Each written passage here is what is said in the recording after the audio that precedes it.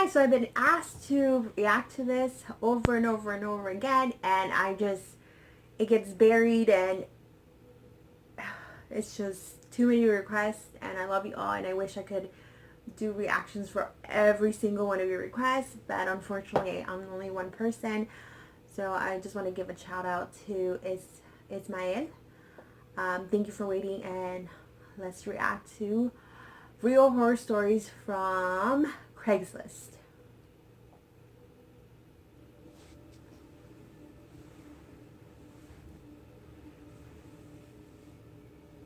This story took place a long time ago, back in 2002, when Craigslist was in its early years.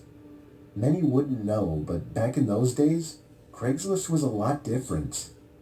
It was a lot more so an online garage sale, or just a place where people would list old things that still had some value that they were willing to give away.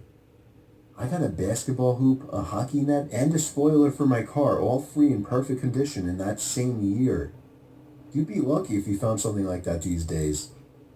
Anyway, me and my son were dying to buy a hockey net so we could practice in the cul-de-sac we lived in. For the record, this was before I got that free one I mentioned. Wouldn't you know it, on Craigslist there was an ad for a slightly used regulation-size hockey goal for only $50. It came with a puck and 2 slightly used hockey sticks. I still have a picture of that ad to this day. It seemed like the perfect deal, but he lived about 2 hours away. I called the number he had listed, and he sounded pretty normal on the phone. He had a pretty deep, dark voice, but nothing that would be off-putting. I remember his voice being a bit emotionless. He agreed to meet halfway due to the distance, said he'd put the stuff in the back of his pickup truck. He said he could only come after he got off from work, though, which was much later in the day, way past dark. We agreed to meet at some rest stop off the highway.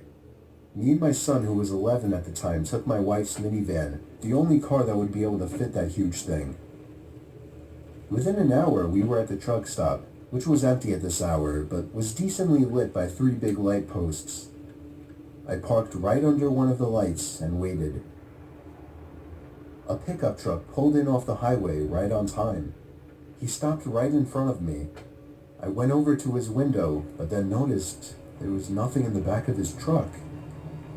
"You Steve?" he asked me. "Yep, that's me," I said. "Alright, my buddy's bringing in the stuff with his truck." The guy pulled up behind my car and put it in park. I suddenly had a bad feeling. I told my son to get back in the car and lock every door except mine. 2 more pairs of headlights came off the highway into the lots, surely enough pulling up next to me. And, not surprisingly at this point, there was no hockey equipment in either one of them. My heart was racing. I was worried. Not for me, but for my young son who I for some reason brought with me on this trip. A group of large men mixed with heavy-set and muscular physiques stepped out of the 2 pickup trucks behind the first one. They eyed me from head to toe, giving that typical intimidation stare down. Then this bald guy wearing sunglasses said in a deep voice, "Where's the money?" I instantly pulled out my wallet and handed it to him, begging him to just let me and my son go. He pulled out like $100 and was pissed, expecting more. He then sent 2 of his goons or whatever to get my son. At this point I screamed and begged for him not to take him. One of the men broke the glass to the minivan back door, and I vividly remember the disturbing, heartbreaking screams of my young son. What happened next was what I can only explain to be a miracle from God answering my prayers. A car was entering the lot from off the highway. All the men stopped and turned to look at it. As it got closer, my heart literally dropped in excitement as I saw it was a police car. The lights suddenly began to flash as he got close enough to see what was going on. All of the men were back in their trucks within seconds, speeding off down the highway. Well, at least 2 of them. The truck in the back was caught immediately by the police car, and backup arrived shortly. I explained everything to them, and they got the men that were caught to rat out on the others surprisingly quickly. I guess luckily the guys in the back truck weren't very loyal to whoever their leader was, if they even had any type of leader.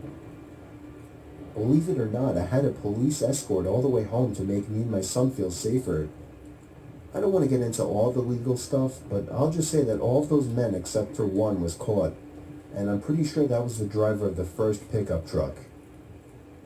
Needless to say, my Craigslist days weren't over at that point, but I have always been much more protective of my son and much more cautious of Craigslist meetings since then.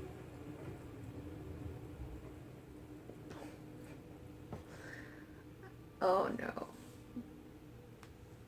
I wouldn't have driven an hour for what he purchased. Hell no. I would have just bought a new one instead of driving all the way. I don't know. Some people's common sense. Ay, ay, ay. And I've heard so many bad stories. I don't even go to Craigslist. I swear to God. Not for me. Thank you again for waiting, and please subscribe if you haven't.